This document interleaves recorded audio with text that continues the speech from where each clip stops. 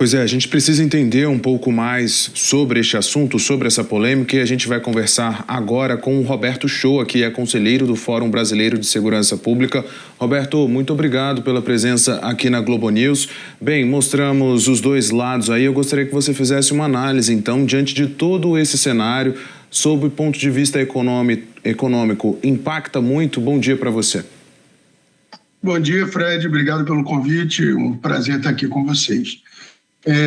Me surpreende, eu confesso, que um pouco essa defesa de pessoas que estudam o tema da segurança pública, essa defesa de que temos pontos positivos em um movimento unilateral como esse que aconteceu nos Estados Unidos. Eu tenho uma compreensão muito mais alinhada com quem tem criticado essa decisão e com quem se preocupa com diminuição da cooperação e a redução desse trabalho conjunto.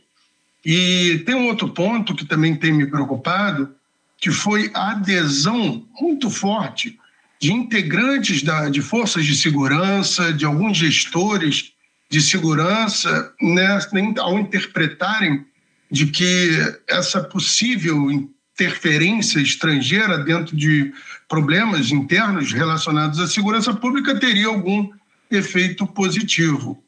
E isso tudo tem o seguinte motivo, porque uma ação, uma decisão como essa, vinda dos Estados Unidos, ela tem efeitos muito graves para o Brasil, e principalmente em esfera econômica, em esfera geopolítica, de investimentos estrangeiros, de comércio internacional e possíveis sanções a diversos setores da economia, e em termos de segurança pública, pouco ou nada vai contribuir.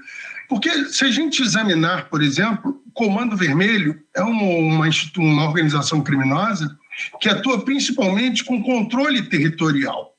Alguém imagina que nós teríamos forças especiais americanas entrando, por exemplo, no Complexo do Alemão para libertar aquela comunidade do Comando Vermelho? A gente não imagina que isso possa acontecer. E eu ouso afirmar que, se por algum acaso isso viesse a acontecer, provavelmente esses militares teriam que ser resgatados pelo BOP, porque a situação que nós temos de controle territorial e de criminalidade é algo muito específico, para o qual esses profissionais não estão treinados.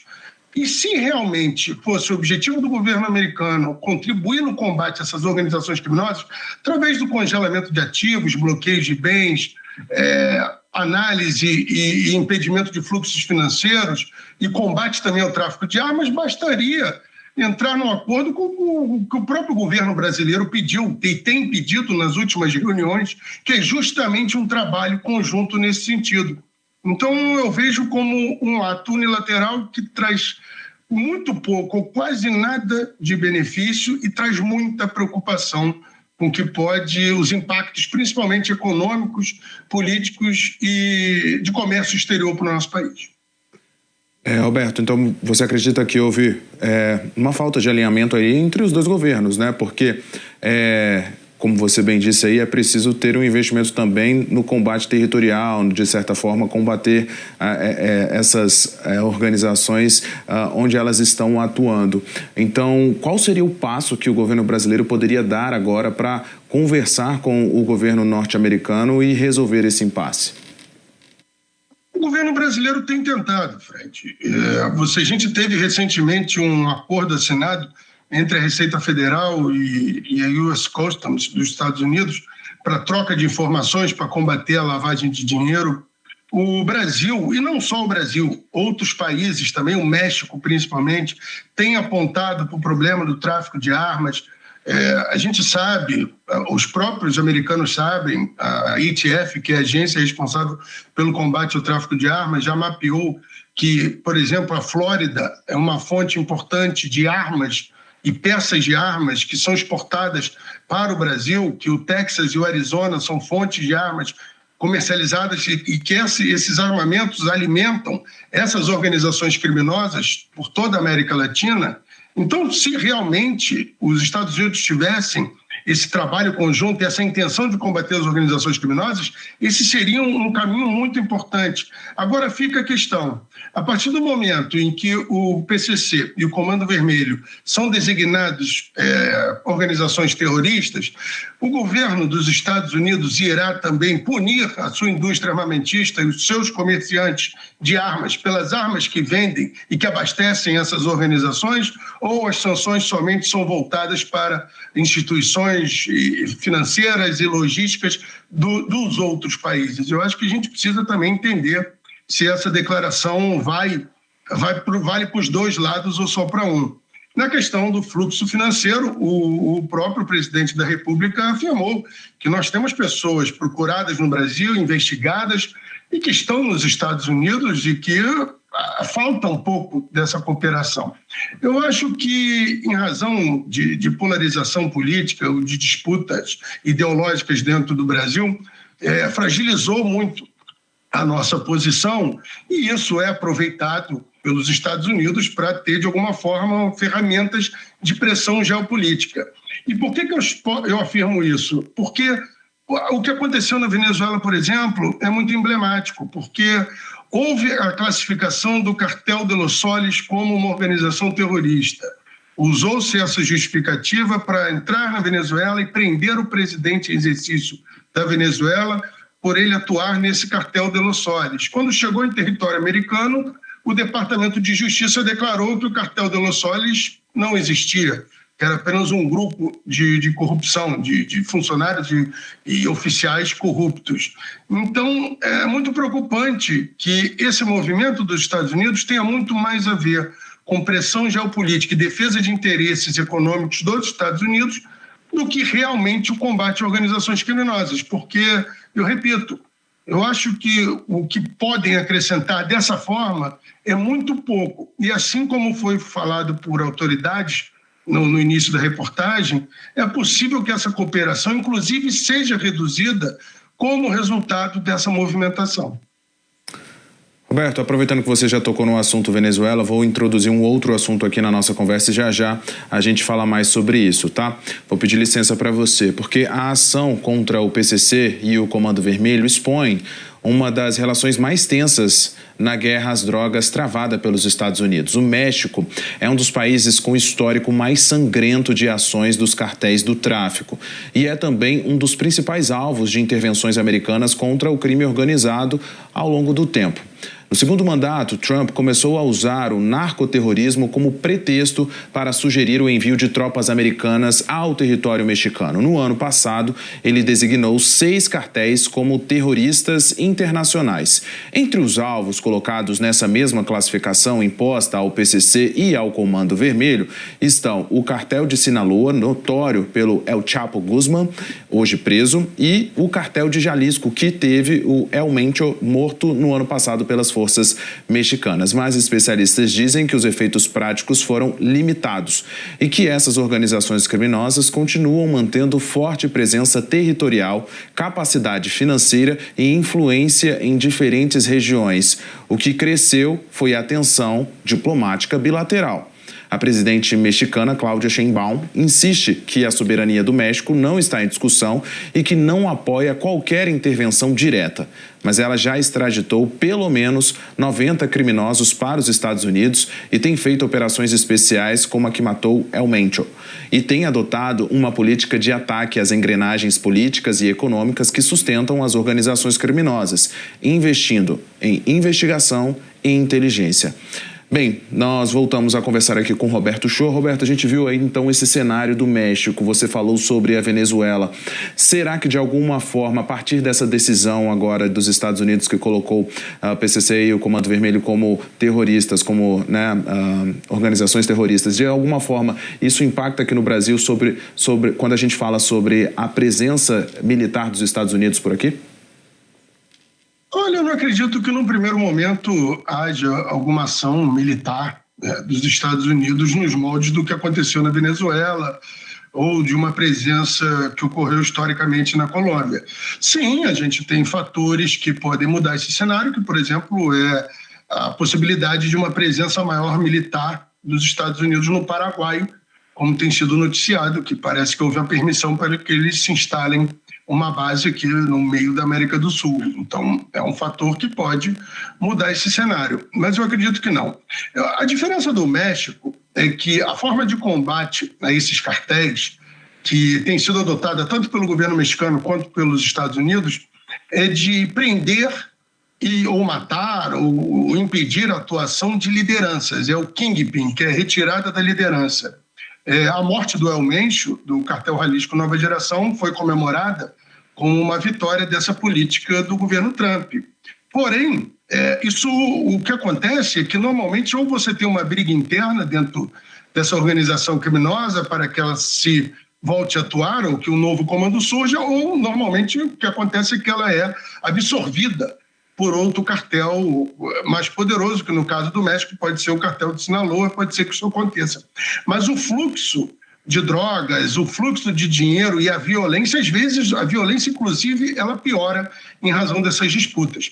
Mas o México, a relação dos cartéis mexicanos com os Estados Unidos é completamente diferente do que é alegado com relação ao Brasil. A crise do fentanil e do fornecimento de fentanil para os Estados Unidos é principalmente via México. Inclusive, grande parte da cocaína que abastece os Estados Unidos passa por esse corredor da América Central. E o governo mexicano, inclusive, tem tentado processar a indústria armamentista dos Estados Unidos e comerciantes para evitar que armas dos Estados Unidos continuem a chegar para esses cartéis. Então é muito interessante, porque o governo dos Estados Unidos quer combater organizações criminosas que utilizam armas fabricadas nos Estados Unidos e fornecidas pelos próprios Estados Unidos. Nós temos um dilema aí que os próprios americanos ainda não conseguiram resolver. Com relação ao Brasil, o PCC e o Comando Vermelho, apesar de haver essa afirmação do governo dos Estados Unidos de que há uma presença deles em 12 estados dos quais a gente não sabe os nomes, e relatórios que ainda não vimos para saber no que se baseia uma afirmação do tipo, mas o que a gente sabe é que a presença dessas organizações nos Estados Unidos tem muito mais a ver com o fornecimento de armas para as suas bases de atuação a partir dos Estados Unidos do que fornecimento de drogas ou uma atuação nos moldes do Brasil de controle territorial. Então, é muito interessante se nós tivermos em algum momento acesso ao que baseou essa decisão, aos dados que basearam essa decisão, seria muito interessante para a gente entender o que eles descobriram ali e a gente poder trabalhar de forma conjunta. Mas eu repito que o Brasil, a todo momento, se colocou à disposição para trabalhar de forma conjunta. Há décadas, as instituições brasileiras, como Polícia Federal, Receita Federal, elas trabalham conjuntamente com forças de segurança dos Estados Unidos. Então, isso nunca foi uma dificuldade. O que surpreendeu foi essa decisão unilateral, sem levar em consideração o regulamento, a jurisdição interna do Brasil, né, que sequer trata essas organizações como terroristas, porque não faz sentido nenhum, elas buscam lucro. E tem um ponto que é muito importante, que é a forma como se combate um cartel mexicano não é a mesma forma como se combate uma facção criminosa do Brasil. As lideranças do PCC e do Comando Vermelho estão presas há décadas. O sistema penitenciário, ele não funciona como instrumento de coerção ou de impedimento de atuação dessas lideranças. Na verdade, o sistema penitenciário brasileiro ele serviu como uma ferramenta de coesão e de fortalecimento dessas organizações. A gente nunca pode esquecer que as duas nasceram dentro de presídios, nasceram em razão da incapacidade do Estado em proporcionar condições mínimas de cumprimento de pena, porque o Estado ele pega o criminoso, joga lá dentro, mas quem recebe, quem dá o colchão, quem dá o sabonete, quem dá a segurança é a facção criminosa. Então, por isso, o nosso desafio é muito maior. E eu acredito que os Estados Unidos não têm o conhecimento que nós temos sobre os nossos problemas. O que é preciso é que a gente enfrente os nossos problemas e não fique desejoso de que uma potência estrangeira venha resolver nossos problemas com uma percepção hollywoodiana que não condiz com a realidade. Roberto, a gente viu aí na sua fala também, né, sobre essa análise tanto do que acontece no México, que é diferente do que acontece aqui no Brasil, e também sobre esse ponto de vista dessa decisão unilateral dos Estados Unidos, que a gente observa mais como algo institucional ou talvez marqueteiro do que do ponto de vista mesmo estratégico, né? Ou seja, falta um plano realmente gigantesco de integração entre o governo dos Estados Unidos, entre o governo do brasileiro. E quando a gente fala de governo brasileiro, a gente tem que falar também sobre legislação, sobre mudanças também na administração dos presídios, como você bem disse, para aí sim pensar em derrotar essas organizações criminosas? Olha, Fred, eu acho que a gente precisa encarar uma coisa que é muito séria e que não há legislação, plano, projeto, estudo, pesquisa que vá resolver enquanto a gente não encarar um problema muito sério, que é a participação do Estado no crime. A gente tem observado nas últimas décadas um problema seríssimo de corrupção. A infiltração de organizações criminosas, instituições do Estado, ela tem piorado, ela tem se agravado. O Rio de Janeiro é um exemplo perfeito disso. A gente teve governadores, presidentes de assembleia, tribunais de contas, deputados, muitos envolvidos diretamente com organizações criminosas. A gente tem o desafio do financiamento ilícito de campanhas por todo o país. Essas organizações criminosas, elas já entenderam que combater o Estado não é o ideal. O ideal é você cooptar agentes do Estado, é você se infiltrar dentro do Estado e aí sim você maximizar o seu lucro. A gente já teve investigações que mostraram infiltração do PCC, por exemplo, em transporte coletivo. A gente teve infiltração em mercados de combustíveis, licitações. A gente tem essa percepção de que esse problema é cada vez maior e a gente ainda não decidiu tratar isso também com a seriedade necessária. Tem estados em que o próprio Estado hoje já não consegue combater as organizações criminosas com a efetividade que deveria em razão dessa infiltração. Então, o governo federal, sim, ele tem um papel muito importante na liderança desse combate. Eu não acredito mais que hoje nenhum estado do Brasil consiga sozinho enfrentar esse problema. Nem São Paulo, que é o estado mais rico, hoje tem essa capacidade. Então, o que o governo federal tem tentado fazer, e aqui eu deixo o meu reconhecimento especificamente ao governo atual, que é tentado mudar a legislação ou promover algumas modificações para que esse papel de liderança possa ser exercido. A gente teve a lei antifacção, que apesar dos percalços foi um movimento, claro que precisa ser melhorada, muita coisa precisa ser ajustada ali em razão do processo legislativo da forma como ocorreu, mas a gente tem a PEC da segurança que ainda está em discussão, a gente tem o plano de combate ao crime organizado, a gente tem a criação dessa rede ENARM, que eu considero importantíssima, porque o problema das armas de fogo é central no Brasil. Nós temos milhões de pessoas vivendo em territórios dominados por organizações criminosas através das armas de fogo. A gente tem 70% dos homicídios no Brasil cometidos com o uso de armas de fogo, então isso tem que ter uma centralidade muito grande. E tudo isso que eu te falei, Fred, demanda somente cooperação de outros países. Não demanda vir aqui e dizer que vai resolver, ou que vai declarar terrorista, ou que vai... A gente tem perdido muito tempo também nessa discussão de nomenclatura. Uma hora é terrorista, outra hora é máfia, outra hora é facção, alguns querem chamar de cartel. O importante é o seguinte, o problema existe, a gente conhece, a gente sabe como combater, já são 4 décadas, 5 décadas de considerar o Comando Vermelho, e a gente sabe dos problemas que a gente precisa enfrentar. Agora, se não enfrentarmos eles diretamente, e o primeiro deles é a corrupção e a infiltração dessas organizações criminosas em estruturas do Estado, não tem solução que resolva o problema. Roberto Shoa, conselheiro do Fórum Brasileiro de Segurança Pública, muito obrigado pela entrevista. Quando você faz toda essa análise, né, Roberto, a gente abre diversas janelas aqui, mas nessa última fala a gente vê aí qual seria o primeiro passo a ser dado para, de fato, derrotar essas organizações criminosas. Muito obrigado pela entrevista, bom fim de semana para você.